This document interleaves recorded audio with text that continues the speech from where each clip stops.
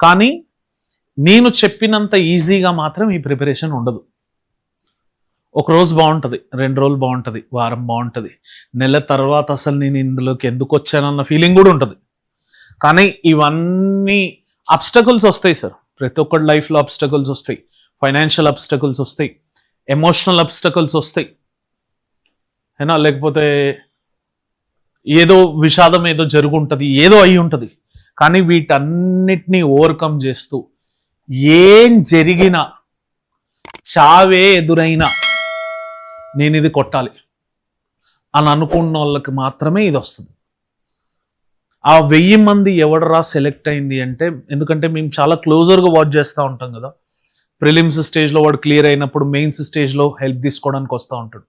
కూర్చొని ఇప్పుడు క్లాస్లో కూర్చొని మాట్లాడేది వేరు, వాడు స్ట్రైట్ మా ముందు కూర్చొని మాట్లాడేటప్పుడు సార్ నేను I have to do it. Interview టైంకి వచ్చేటప్పటికి వాళ్ళలో ఉన్న ప్రెషర్, కసి ఇదంతా కనిపిస్తూ ఉంటుంది. ఎవడు కూడా స్కిల్ సెట్ లేనోడు ఐఏఎస్లుగా కాలేదు.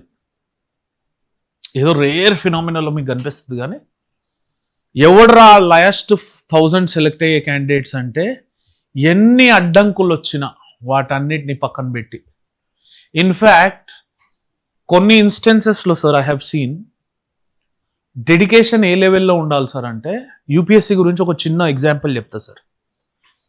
I went to interview in 2015. That was my first interview. ముందు ప్రిలిమ్స్ కాలేదు ఫస్ట్ది, తర్వాత సెకండ్ ప్రిలిమ్స్ రాసినప్పుడు మెయిన్స్ క్వాలిఫై అయినాక 2015లో ఇంటర్వ్యూ కాల్ వచ్చింది. మాకు ఆఫ్టర్నూన్ ఉండే ఇంటర్వ్యూ. జనరల్గా మార్నింగ్ క్యాండిడేట్స్ అందరినీ మార్నింగ్ పంపించేస్తారు, 8 నుంచి స్టార్ట్అప్ అవుతుంది. ఆఫ్టర్నూన్ క్యాండిడేట్స్ని ఆఫ్టర్ లంచ్ తర్వాత పంపిస్తారు. నేను హైదరాబాద్ నుంచి వెళ్ళా కాబట్టి నాకు ఇంకా వేరే చాయిస్ ఆఫ్ సెగ్మెంట్ లేక ఢిల్లీలో ధోల్పూర్ హౌస్లో నాది ఆఫ్టర్నూన్ ఉండే ఇంటర్వ్యూ. అయినా కూడా నేను మార్నింగే వెళ్ళిపోయాను. అడబోయి కూర్చుందాం, ఎందుకు టెన్షన్, లాస్ట్ మూమెంట్లో రష్ అప్ నేను జనరల్గా తీసుకుని, నేను ఎయిర్పోర్ట్ పోయినా కూడా 2-3 గంటల ముందే పోతాను. ఏం చేసేది ఈడ కూర్చునేది, ఆడ కూర్చుండేది. ఫ్లైట్ పక్క కూర్చున్నాను అనుకోండి, అది రాగానే ఎక్కుతాయి, ఎందుకు టెన్షన్, లాస్ట్ బై రష్. ఇది జనరల్గా నేను ఫస్ట్ నుంచి ఫాలో అయ్యేది. అయితే నేను పొద్దు నుంచి పోయేటోళ్ళని అందరినీ చూస్తున్నా, ఫోటోలు దిగుతారు, తినేటోడు తింటుండు, క్యూలో నుంచుంటాడు. I'm a good observer of people. జనాలు వెళ్ళి చూడడం, జనాలను చదవడం నాకు బాగా ఇష్టం. 11:30 టైంకి 11:45 ఆ టైం అయింది పొద్దున. ఒకడు వైట్ షర్ట్ మొత్తం ఇన్షర్ట్ వేసుకొని ఉన్నాడు, బ్లీడ్ అయితే వచ్చిండు, బ్లడ్తో అడిగేడు దెబ్బ తాకింది, బట్టలు కొంచెం స్క్రాచ్ అప్ అయి చినిగినాయి, మొత్తం బ్లీడింగ్ అయింది. 12:30కి అది ఇంటర్వ్యూ. అసలు నాకు తెలిసి అటు నడిచే పొజిషన్లో కూడా లేడు సార్. ఏమైంది, యాక్సిడెంట్ అయితే అయింది. లోపలికి ఎంట్రీ తీసుకున్నాం, లోపలికి వెళ్ళిండు.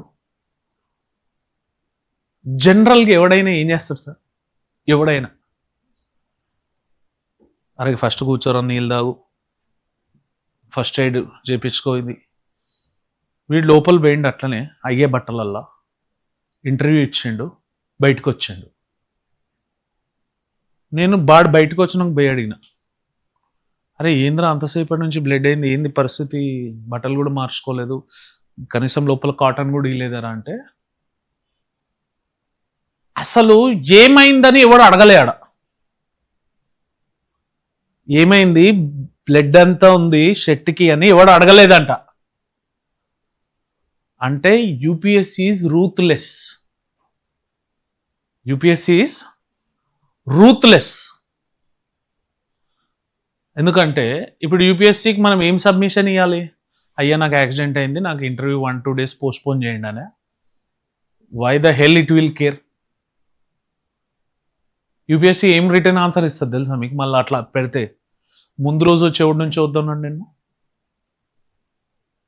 ఒక ఎక్స్ట్రా పెయిర్ ఆఫ్ క్లోత్స్ ఎందుకు క్యారీ చేయొద్దన్నాడు, నేను వద్దన్నాను. అంటే యూపీఎస్సీ అంత రూత్లెస్గా ఎందుకు ఉంటుందిరా అంటే, ఎక్సెప్షన్స్ ఇచ్చేటోళ్ళు వద్దు వాళ్ళకి.